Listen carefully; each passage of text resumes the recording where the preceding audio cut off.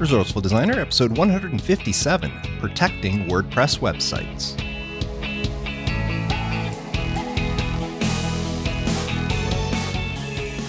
Welcome to the Resourceful Designer podcast, offering solutions to streamline your graphic and web design business so you can get back to designing.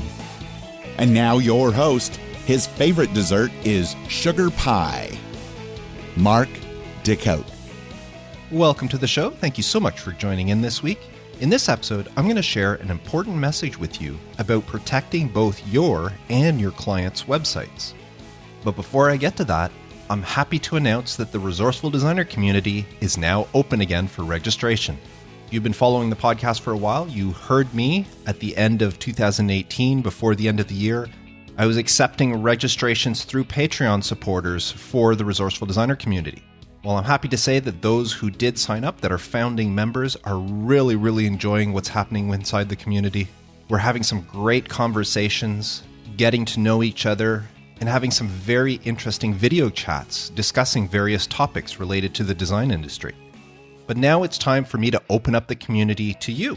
So if you're interested, head on over to resourcefuldesigner.com/community, where you can sign up at one of the various levels.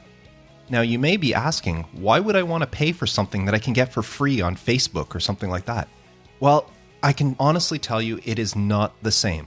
Those in the community have said that they much rather communicate via the Slack group. It's much more personal. We're getting to know each other, getting to know each other's businesses so that we can help out more. And it's not the same as communicating in the Facebook group. Now, don't get me wrong. I love the Resourceful Designer Facebook group, and I am constantly in there myself. But this Slack group that's part of the Resourceful Designer community is so much different. There's just something to be said about seeing somebody when we have one of these video chats, roundtables, where everybody gets on video and we discuss different topics, just seeing people face to face, getting to know them that way. Not to mention, if you work by yourself from home like I do, the isolation can sometimes get to you, and it's just nice to be able to talk to somebody face to face like that. So if you are interested or you just want to learn more, visit resourcefuldesigner.com/community. I'd love to have you on the inside. And now this is where I would normally share a resource or tip of the week. But this week, I guess you can call this a tip, and that's simply listen to today's topic about protecting your WordPress website and don't put it off. I plead with you. It's so easy to say, oh, this is a great topic, but this is something I'll get to tomorrow or next week. Well, between now and then, there are all sorts of things that can go wrong. So please, once you listen to today's episode, if you don't already have these steps in place, please go ahead and implement them. And now, protecting WordPress websites. I want to start off by sharing with you something that happened to me this past Wednesday. Now, if you are part of the Facebook group, the Resourceful Designer Facebook group, you may have seen the video that I posted there discussing a little bit about this. But in case you didn't see that video, I'll give you a little rundown of what happened on Wednesday. I was out for lunch with some friends of mine, and when I came home after lunch, there was a light blinking on my phone saying I had a voice message there. Well, when I picked it up, it was an urgent message from a client saying their website had been hacked, and the URL for their website was being redirected to a porn site. Now, this is a fairly large client of mine, and they get a decent number of visitors to their website each day. So I can understand the reason behind my client's panic. Now, they said in the message that they sent me an email, so I checked out the email and they sent me a screenshot of what they were seeing at their end, and I tested it at my end. I put in their URL, and sure enough, I got redirected to a pornography site. And I knew then and there that everything I had planned for when I got back would be pushed back because this is an issue I had to take care of right away. But I wasn't worried about it. And I wasn't worried because I know that I have measures in place for exactly this sort of thing. Not the whole pornography site thing, but just for a website that's being hacked or compromised in some way. Now, you have to understand, WordPress is the most popular content management system in the world. And because of it being so popular, it becomes the choice for hackers. So if you have a WordPress website, chances are eventually hackers will discover it and see what they can do with it. And there's all sorts of reasons for people to want to hack a website. Some people think, well, why? I only have a small blog or something like that. There's no reason for a hacker to hack my site. Trust me, if there's a website out there, there's a reason for a hacker to hack it. Now, fortunately, WordPress is on the ball, and they release regular updates to patch any new and existing holes in their security. But security as a whole, when it comes to websites, is a reactive process, meaning these patches and updates that WordPress puts out, they only issue those once a security vulnerability is discovered. At its core, WordPress is incredibly secure. It was built that way. But because of the massive ecosystem of plugins and themes that are available for WordPress, it makes the whole platform more vulnerable to security holes. And that's why you need to have some measures in place to protect your sites and your clients' websites. Now, I hear from lots of people that say, that's okay, my web host supplies security and backups and all that stuff. I'm telling you right now, it's not good enough to rely on what your web host provides as part of a hosting package. You need to have your own measures in place. I've heard too many times where somebody contacted after an issue, a breach, a hack or something, contacted their hosting provider and had all sorts of problems. Either it took a long time for them to get the backup from their host, or when they did, it was an old backup, a month old, where they thought they were being backed up on a regular basis, but it wasn't the case. Or in some cases, the backup they got was corrupted and they lost all the site. These are all stories I've heard from people that I know. So never rely on the security and backup stuff that's included with your package. You should have your own measures in place for this sort of thing. And those measures need to include both a security plugin as well as a backup plugin.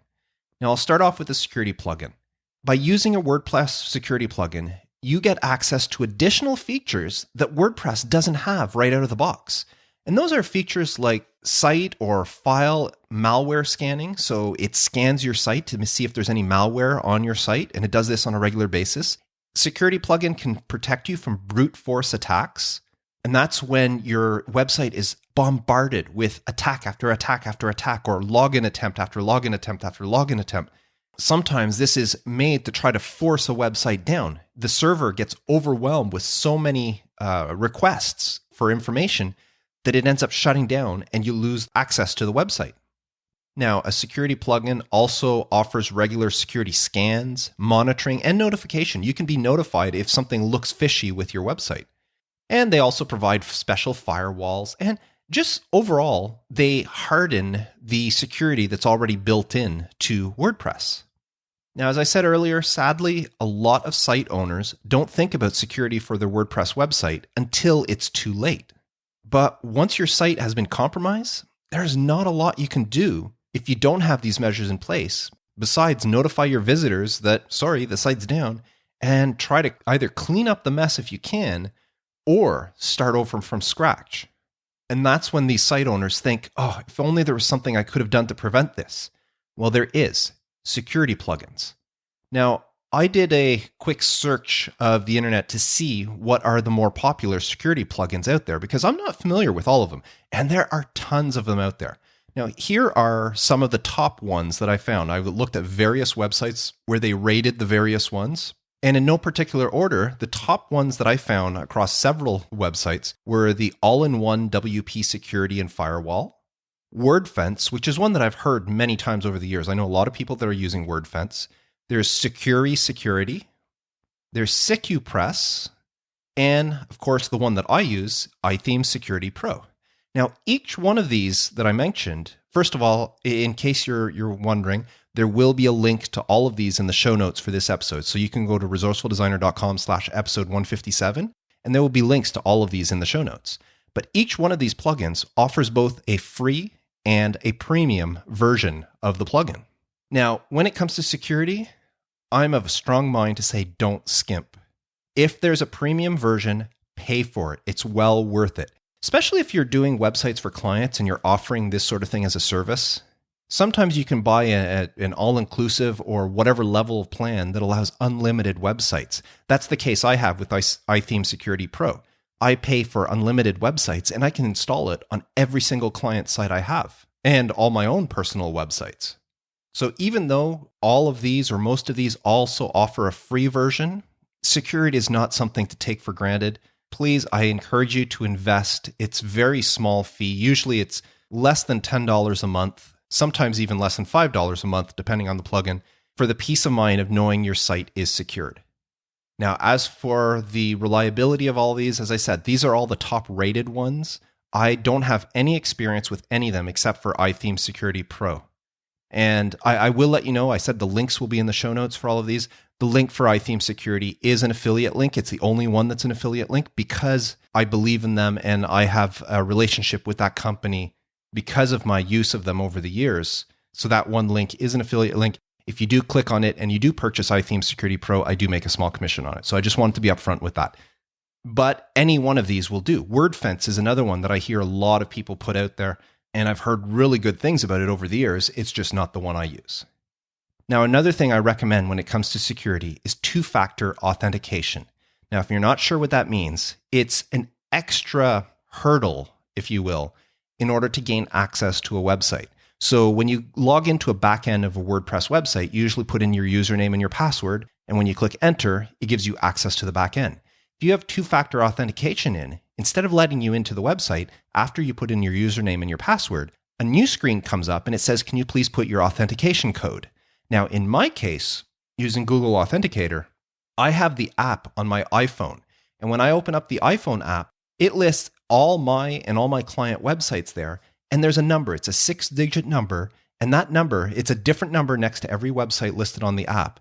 That number changes every 40 seconds. I can't remember the exact time. At least once per minute, that number will change. So that if I go to log into the website, it wants to know what is the current authentication code that is good for this minute right now. So if I go to enter it in, or if I enter any other number, it won't let me into the website. I have to enter the one that's currently showing up on my phone. Now, that's the way I use it. There's other methods where you can turn on two-factor authentication so that when you go to log in, you put your username, your password, and when you hit enter, you get an email to whatever email address was programmed into the site, and your authentication code will be in the email, and it's good for a couple of minutes. So that's another way to do it. But Google Authenticator is another plugin you can install, and this is good for any site that you have that'll add this extra feature, and it's good per user. So if you have your admin user, and then you have a client that is maybe an editor, or maybe they're an admin as well, you can turn this on for them, and they will have to use this extra security step in order to gain access to the site. I don't use the plugin for this myself. It's actually built into iTheme Security Pro, so it means one less plugin to install. When you put in iTheme Security Pro, Google Authenticator is part of that, which is really nice. I mentioned that protecting your site requires 2 steps. Security was the first one. The second step is a backup solution. Securing your site is a necessity, but as I mentioned, there are so many hackers trying to get into websites. It's inevitable that at some point, especially if you're doing multiple sites for multiple clients, at some point, something will get hacked. And when it does, no matter what sort of security you have in place, your best course of action is having a valid backup of the site to fall back to. Again, don't rely on the backups from your web hosts. Many web hosts say they offer backups or they allow you to turn on backups automatically. Well, I've seen too many instances where it either took forever or the backups were corrupted and it just didn't work. So again, have your own system in place. You can have the one from your web host activated, but don't rely solely on it. Now, once again, I did the same thing. I looked up in Google what were the top site backup plugins, and the ones I found that were generally at the top of any list that I looked at were Duplicator, BackWP, Blog Vault, Wordpress, which is part of Jetpack, by the way, and Backup Buddy by iThemes, which, again, that's the one that I use. And once again, links to all of these will be available in the show notes. And just again, I'll iterate that Backup Buddy, the link there, which is resourcefuldesigner.com/backupbuddy, by the way, that is an affiliate link. I make a small commission if you use that. But any of these should work. According to all the websites I looked at, these are the top ones out there to back up your sites. So having a backup solution is a necessity. It's a perfect pair for your security solutions because, as I said, you need to secure your website. but if somebody manages to get by that security, and don't think that there's anything that's foolproof. I've been using iThemes Security Pro, which is one of the top rated security plugins there is, and yet somebody just hacked into one of my clients' websites. But luckily, I also had Backup Buddy installed, which gave me the peace of mind when I realized what had happened to know that I wasn't in any trouble. So how did my story end? Well, first off, let me tell you that I wasn't actually surprised that my client's website got hacked. I'd actually been monitoring the increased attempts on this website. That's one of the functions of iThemes Security Pro is it'll let you know how many attempts and what it's blocking. And this particular website, I had been watching it for the past several weeks, and it was getting in the tens of thousands of login attempts every day. And iThemes was blocking them. But if a hacker is determined enough, there's only so much your security can do. So I wasn't surprised when somebody finally got through and hacked this site. But I also wasn't worried. So the first thing I did whenever I got the message from my client is, before calling them, doing anything, I logged into my cPanel, went into my file manager, found the site in question for my client, highlighted all the files, and pressed delete. And I deleted the entire website. Now that immediately solved the first issue of the site being redirected to this porn site. Now, instead, when you put in the URL, just a blank page with a server not found would come up. Then it was just a simple matter of downloading the most recent backup from the cloud drive I sent all my backups to. In this case, I used the Stash Live feature from Backup Buddy. What I like about Backup Buddy is it offers multiple solutions for backups. There's one that you can schedule, so you can say, I want to back up on a daily basis, weekly basis, monthly basis, depending on your site. But they also have this thing called Stash Live, where what it does is you connect it. Stash is kind of like a cloud drive where it stores backups.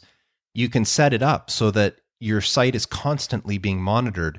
And as soon as a change is made to the site gets backed up. So if somebody writes a blog post, once the blog post is written, that blog post is backed up. It's not waiting for a schedule. So it's constantly it's monitoring the site. And it even tells you in the dashboard, it's been, so many minutes or so many hours since we've noticed a change to the website. But in this case, the last backup I had been the day prior, because I had made a minor adjustment to the site the day before, so it had backed that up. So I downloaded that backup, uploaded it to the site via the file manager from cPanel, and then did what I have to do with Backup Buddy in order to reinstall the site from the backup and get everything up and running again, which took me less than 10 minutes. So within 10 minutes of listening to the phone call with my client in a panic, I had their site clean and back up and running again. Now, in the process of putting it back, I also changed the passwords for the database, just in case, as well as the user password. There was 2 users. I actually deleted one of the users because I know the client doesn't use it. They asked me to create it, but they never use it, so I deleted it. But my admin password, I updated it as well, just to be safe. And then it was just a matter of calling my client. So I called him up, my client answered the phone and immediately started asking me questions. Mark, what can we do? Did you see the site? And it felt so good to just be able to tell the client that, yeah, I saw it and everything's taken care of. Your site's back up and running again. And that's all because I had security plugin and a backup plugin installed on the site, which allowed me to do this. If I didn't have that, if I had to rely on my web host, it might have taken hours, if not days, to get everything taken care of, especially if you have to contact them back and forth. And depending on who your host is, some of them get back to you really quickly. Some of them we'll get back to you within 24 hours type thing. No, I didn't have to rely on any of that. I was able to do it all on myself and within 10 minutes get my client's site back up and running. So I wanted to share that little story with you of what happened to me this week when I got that phone message saying that my client's site had been hacked. I wanted to share it with you because I don't want something to happen to you and lose what you have because you don't have these measures in place. If you offer hosting to a client, I would insist that you include security and backup as part of your hosting. I do. I insist any client that wants maintenance on a website has to host their website with me, and the hosting will include security and backup. If the client doesn't want to host with me, if they say, well, I already have a host, HostGator or Bluehost or wherever, I already have an account there, that's where I want the website, fine, I'll put the website there, but you are responsible for your own security backup and that. I am not responsible. Once the site is on your server, it's yours and I no longer have my hands in it. But if you want me to take care of that, it's on my server through my hosting. So it makes a great way to earn some extra income. And then as part of my hosting package, I'm not just charging the client to host the website. I'm charging the client for hosting, for security, for backups, and all this stuff. And believe me, this client who just had their site hacked and now it's back up and running, they are extremely happy that they are paying the price that I'm charging them for exactly the service that just saved their bacon. So please don't delay. Don't rely on your web host for them to do this for you. If you don't already have a security and backup plugin installed on your sites, go get it done ASAP. Don't put it off for tomorrow or next week. Add it to your schedule today, this afternoon, now if you can. Don't wait until it's too late. You don't want to be in one of those situations where you think, oh, if only I had. So that's what I wanted to share with you today. All the links from the episode today can be found in the show notes at resourcefuldesigner.com/episode 157. So please have a look there. And while you're there, leave a comment for this episode. Let me know if I encouraged you to update your security protocols on your site, or just generally let me know what you think of this topic. Leave a comment there, or you can always hit me up on social media, I'm on Twitter at ResourcefulD, on Instagram at ResourcefulDesigner. And of course, if you're on Facebook, you should be part of the Facebook group. Just join resourcefuldesigner.com/Facebook, which will redirect you to the group, and you can answer the 3 questions, and I will let you in. Just on a side note for that, I notice a lot of people in the group are inviting friends to join the group. When you invite a friend to join the group, they don't get the questions, and I don't let them in. I see a lot of people that have been invited by other members in the Facebook group, and I leave them there for a week or so, and if the questions are never answered, then I just delete them. So if you want to invite a friend, instead give them the link, resourcefuldesigner.com/group, and then tell them to visit it where they will be asked the questions, and then I would let them in once they answer them.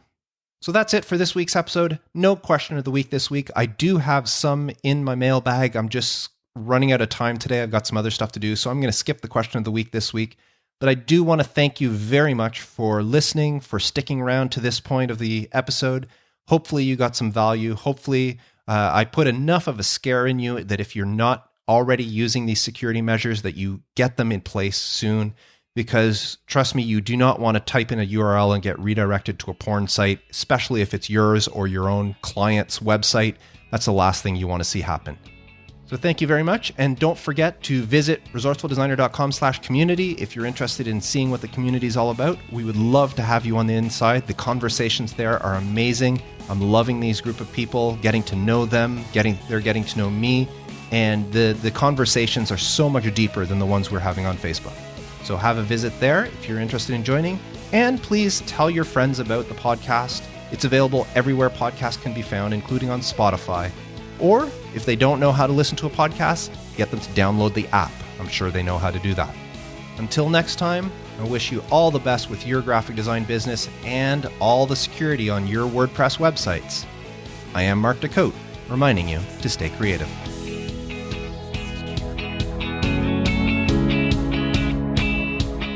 Thanks for listening to the Resourceful Designer Podcast at resourcefuldesigner.com.